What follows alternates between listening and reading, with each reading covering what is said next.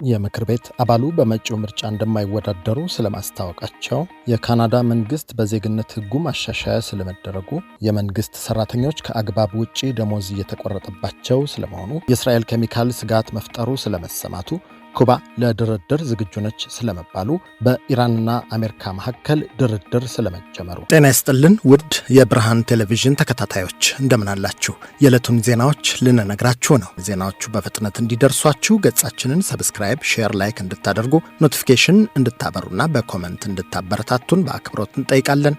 አሁን ወደ ዜናዎቹ እናልፋለን። የምክር ቤት አባሉ በመጪው ምርጫ እንደማይወዳደሩ አስታውቀዋል። በ2013 ምርጫ ተወዳድረው ለሕዝብ ተወካዮች ምክር ቤት የሚያበቃቸውን ድምፅ ያገኙት ዶክተር ደሳለኝ ጫኔ ባለው ተጨባጭ ሁኔታ ነፃ፣ ሰላማዊና ፍትሐዊ ምርጫ ለማድረግ አይቻልም በሚል በቀጣዩ ግንቦት ከሚካሄደው ምርጫ ላለመሳተፍ መወሰናቸውን ተናግረዋል። በምክር ቤት ውስጥ ለተጨማሪ 5 ዓመታት መቆየት ለሕዝቤ የሚያበረክተው የረባ ጥቅም እንደሌለ ተረድቻለሁ ሲሉ በወል መገናኛ ገጻቸው ባሰፈሩት መልእክት የጠቀሱት ዶክተር ደሳለኝ በግል መወዳደርን እንደ አማራጭ ሲያመዛዝኑ መቆየታቸውን እንዲሁም አንዳንድ የፖለቲካ ፓርቲዎች በባህር ዳር ወይም በአዲስ አበባ በእጩነት እንዲቀርቡ ጥያቄ እንዳቀረቡላቸው ጠቁመዋል። ነገር ግን በቀጣይ ሀገራቸውን በምን መልኩ ማገልገል እንደሚፈልጉ በይፋ እስከሚያሳውቁ በመጪው ምርጫ እንደማይሳተፉ አስታውቀዋል።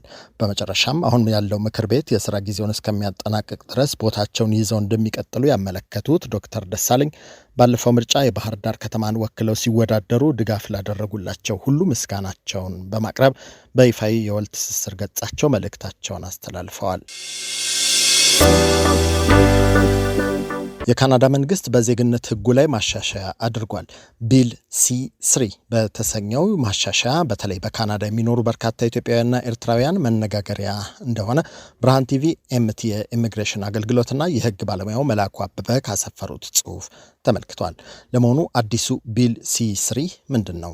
ባጭሩ ሲገለጽ ቢል C3 ከዚህ በፊት ሲሰራበት የቆየና ከካናዳ ውጭ የተወለደና ካናዳዊ ወላጅ ከካናዳ ውጭ የሚወልደው ልጅ ዜግነትን ማስተላለፍ እንዳይችል ያደርግ የነበረ የመጀመሪያው ትውልድ ገደብ ተብሎ የሚጠራውን ማሻሻያ የተቀመጠበት አሰራር ነው። ቢል C3 ከዚህ በፊት በነበረው የመጀመሪያው ትውልድ ሕግ ምክንያት ወላጆቻቸው ካናዳዊ ቢሆንም እነሱ ከካናዳ ውጭ በመወለዳቸው ብቻ ዜግነት ተከልክለው ለነበሩ ሰዎች ወደ ኋላ ተመልሶ ስለሚሰራ ከዚህ በፊት በሕጉ ምክንያት ዜግነት ያላገኙ ልጆች አሁን ዜግነት እንደሚያገኙበት፣ ነገር ግን ቢል C3 ዜግነትን ወደ ኋላ ተመልሶ የሚሰጠው ልጁ በሚወለድበት ጊዜ ወላጁ ካናዳዊ ከነበረ ብቻ እንደሚሆን ተመላክቷል። የዜናው ምንጭ ኤምቲ የኢሚግሬሽን አገልግሎትና የሕግ ባለሙያው መላኩ አበበ ባሰፈሩት ጽሑፍ ሕጉ ከጸደቀበት ቀን ዲሴምበር 2025 ጀምሮ ወይም ከዚያ በኋላ ከካናዳ ውጭ የተወለዱ ወይም በጉዲፈቻ የተወሰዱ ካናዳዊ ወላጆቻቸውን በተመሳሳይ ሁኔታ ከካናዳ ውጭ የተወለዱ ወይም በጉዲፈቻ የገቡ ከሆነ የዜግነት ማረጋገጫ ለማግኘት ወይም ለጉዲፈቻ ልጅ ዜግነትን ለማመልከት ሲጠይቁ ካናዳዊ ወላጆቻቸው ቢያንስ ለ3 ዓመታት በካናዳ ውስጥ እንደኖሩ ማረጋገጥ እንደሚኖርባቸው ተጠቁሟል።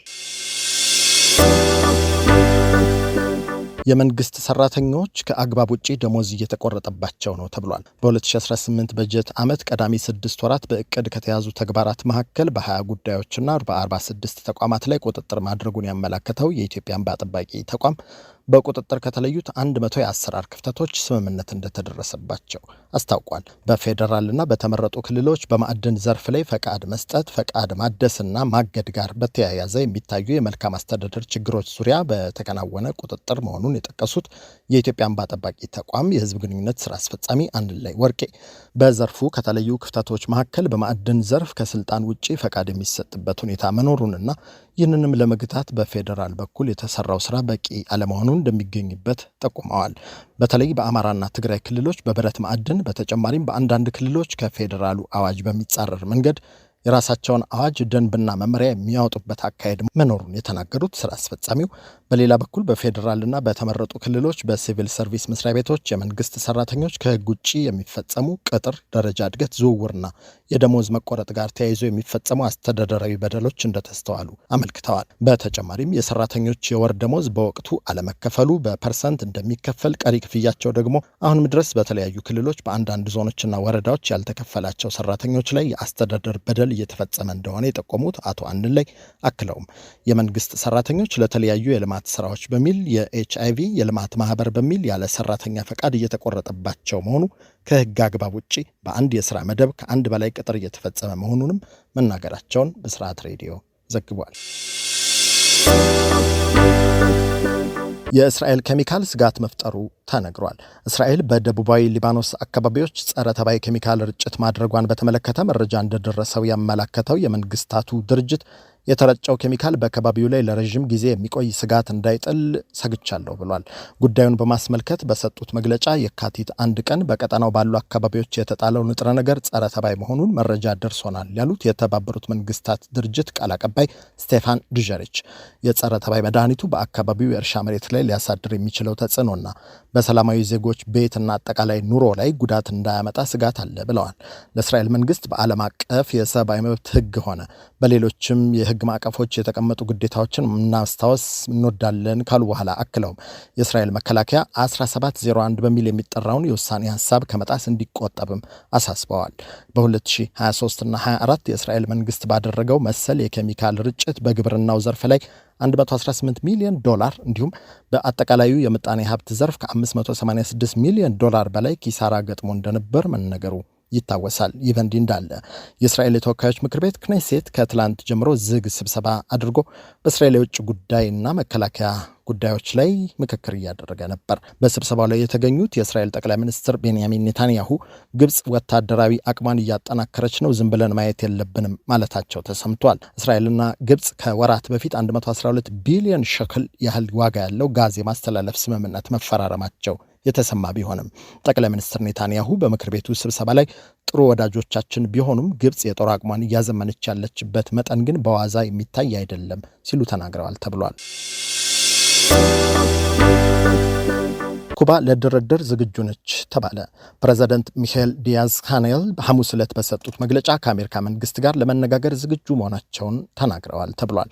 የካሪቢያን ደሴቷ ሀገር ለረዥም ዘመናት የተጣሉባት ማዕቀቦች መዳከሟ የተጋረጠባት የኃይል እጥረትን ለማቅለል በመሰናዳት ላይ እንደሆኑ ያመላከቱት ፕሬዚደንት ሚሼል መግለጫቸው ላይ በዋሽንግቶን የተጫነብን ማዕቀብ ከፍተኛ የምጣኔ ሀብት ጫና ሆኖብናል፣ ይህም ኩባን ከረዥም ጊዜ አጋሮቿ ለይቶ የነዳጅ ምርቷን እንዳታገኝ አግዷል ብለዋል። ለሀገር ውስጥና ዓለም አቀፍ መገናኛ ብዙሃን በሰጡት መግለጫ ኩባ ከዩናይትድ ስቴትስ ጋር ለመነጋገር ፈቃደኛ ነች ያሉት ፕሬዚደንት ሚሼል ንግግሩ ያለ ጫና ያለ ቅድመ ሁኔታ በእኩልነትና የኩባን ሉዓላዊነትና ነጻነት በጠበቀ የመከባበር መንፈስ መካሄድ እንዳለበት መክረዋል። በተደራረበባት ማዕቀብ በውስጣዊ ፖለቲካዊ ቀውስና ዋነኛ የነዳጅ አቅራቢ ቬኔዙዌላ ስርዓት በመቀየሩ የነዳጅ እጥረት እያጋጠማት ነው የተባለችው ኩባ ፕሬዚደንት ሚሼል ዲያዝ አንሄል በአገራችን የሽብርተኝነት ችግር የለም፣ ሽብርተኛ አገር አይደለችም፣ በሃቫና የውጭ ወታደራዊ ኃይሎች ወይም ሰፈሮች የሉም፣ በኩባ ውስጥ የሚገኝ ብቸኛው የሌላ ሀገር ወታደራዊ ጣቢያ በዩናይትድ ስቴትስ የሚተዳደረው ነው ሲሉም ተደምጠዋል።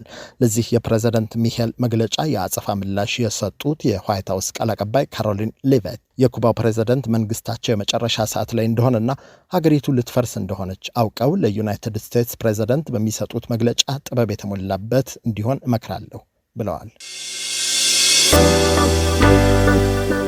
በኢራንና አሜሪካ መካከል የሚደረገው ድርድር ተጀምሯል። በኦማን ዋና ከተማ ሙስካት የተጀመረው ንግግር በመካከለኛው ምስራቅ የአሜሪካ ልዩ ተወካይ ስቲቭ ዊትኮፍና በኢራኑ የውጭ ጉዳይ ሚኒስትር ሰይድ አባስ አራግቺ እንደሚደረግ የጠቆመው የአልጀዚራ ዘገባ ነው። የሁለቱ ልዑካን ውይይት ከመጀመሩ አስቀድሞ የኢራኑ ውጭ ጉዳይ ሚኒስትር አባስ አራግቺ ከኦማኑ አቻቸው ሰኢድ ባደር ቢን አህመድ አልቡሳይዲ ጋር መወያየታቸውን የጠቆመው ዘገባው አክለውም ቴህራንና ዋሽንግቶን ባለፈው ዓመት ሚያዝያ ላይ በኦማንና ኢጣሊያ እንዲሁም ሶስተኛውን ዙር ድርድር አሁን በሚነጋገሩባት ኦማን አድርገው እንደነበር ለትውስታ አካቷል። የአሜሪካ ጦር በምዕራብ እስያ አቅሙን እያጠናከረ በሄደበትና ኢራንም አጸፋዊ ምላሽ ለመስጠት ዝግጁ ነኝ በምትልበት ሰዓት እየተደረገ ያለው ድርድር መደበኛ መልክ ሳይዝ ለመቀራረብ ያህል የሚደረግ እንደሆነ ታውቋል። የምክር ቤት አባሉ በመጪው ምርጫ እንደማይወዳደሩ ስለማስታወቃቸው፣ የካናዳ መንግስት በዜግነት ሕጉ ማሻሻያ ስለማድረጉ፣ የባንክ ቁጥጥር እንዲላላ ስለመጠየቁ፣ የመንግስት ሰራተኞች ከአግባብ ውጪ ደሞዝ እየተቆረጠባቸው ስለመሆኑ፣ የክልሉ ፖሊስ ኮሚሽን አዲስ ደንብ ስለማውጣቱ፣ ፍርድ ቤቱ ተከሳሾች ክሳቸውን እንዲከላከሉ ብይን ስለመስጠቱ፣ የእስራኤል ኬሚካል ስጋት መፍጠሩ ስለመሰማቱ፣ ኩባ ለድርድር ዝግጁ ነች ስለመባሉ፣ በኢራንና በአሜሪካ መካከል ድርድር ስለመጀመሩ። ከብርሃን ቴሌቪዥን የዕለቱን ዜናዎች ነገርናችሁ። በቀጣይ ዜናዎች እስክንገናኝ ጤና ይስጥልን።